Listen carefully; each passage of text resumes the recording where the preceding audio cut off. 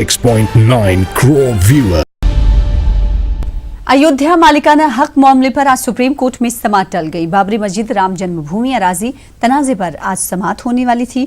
Justice S Bobde की अचानक तबीयत खराब होने के सबब समाअत टल गई है। जब तक इनकी तबीयत सही नहीं हो जाती तब तक समाअत नहीं होगी।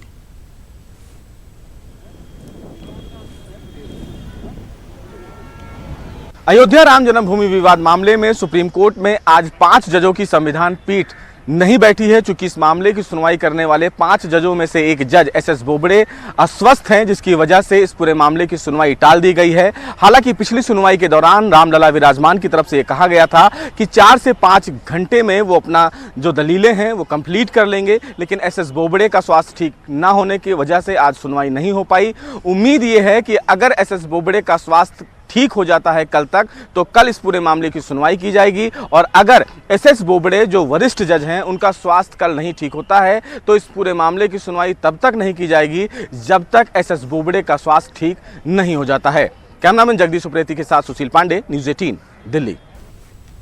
उन्नाव इज्तिमाई इस्मत-रेज़ी मामले की जांच के लिए सुप्रीम कोर्ट ने 2 हफ्तों की मोहलत दी है। सीबीआई ने सड़क हादसे की जांच के लिए 4 हफ्तों की मांग की थी, जिसे अदालत-ए-उज़्मा ने खारिज कर दिया है। इसके अलावा अदालत ने इस हादसे में जख्मी वकील को भी 5 लाख रुपए का मुआवजा देने का हुक्म दिया है। इस मामले की अगली सुनवाई 6 सितंबर तक के लिए मुलतवी कर दी गई है।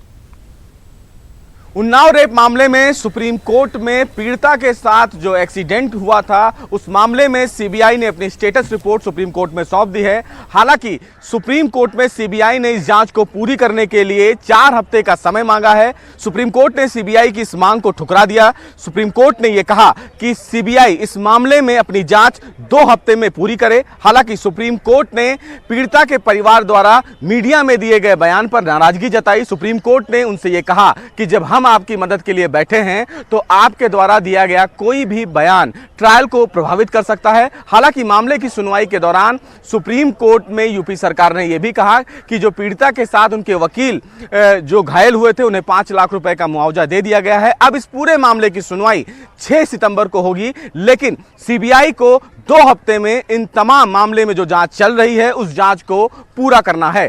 कैमरामैन जगदीश उप्रेती के साथ सुशील पांडे, न्यूज़ 18 दिल्ली। बिहार के साबिक वजीर आला जगन्नाथ मिश्रा का आज लंबी बीमारी के बाद दिल्ली में इंतकाल हो गया। वो तकरीबन 82 साल के थे। डॉक्टर मिश्रा गुज़िश्ता काफ़ी अरसे से बीमार थे और इनका इलाज दिल्ली में चल रहा था। इनके पसमानदगान में 2 बेटे हैं। कांग्रेस लीडर के तौर पर डॉक्टर मिश्रा 3 बार बिहार के वजीर आला रहे। इन्होंने मरकज में भी वजीर के ओहदे की जिम्मेदारी संभाली। जगन्नाथ मिश्रा के इंतकाल पर बिहार के वजीर आला नीतीश कुमार ने रंजो गम का इजहार किया है। बिहार हुकूमत ने 3 दिन के सोग का ऐलान भी किया है।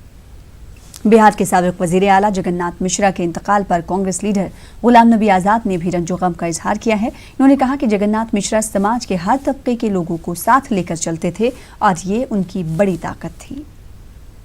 मिश्रा जी को मैं 4 दशकों से ज़्यादा समय से जानता हूँ। तो आज तो हमने बहुत लीडर खो दिया है।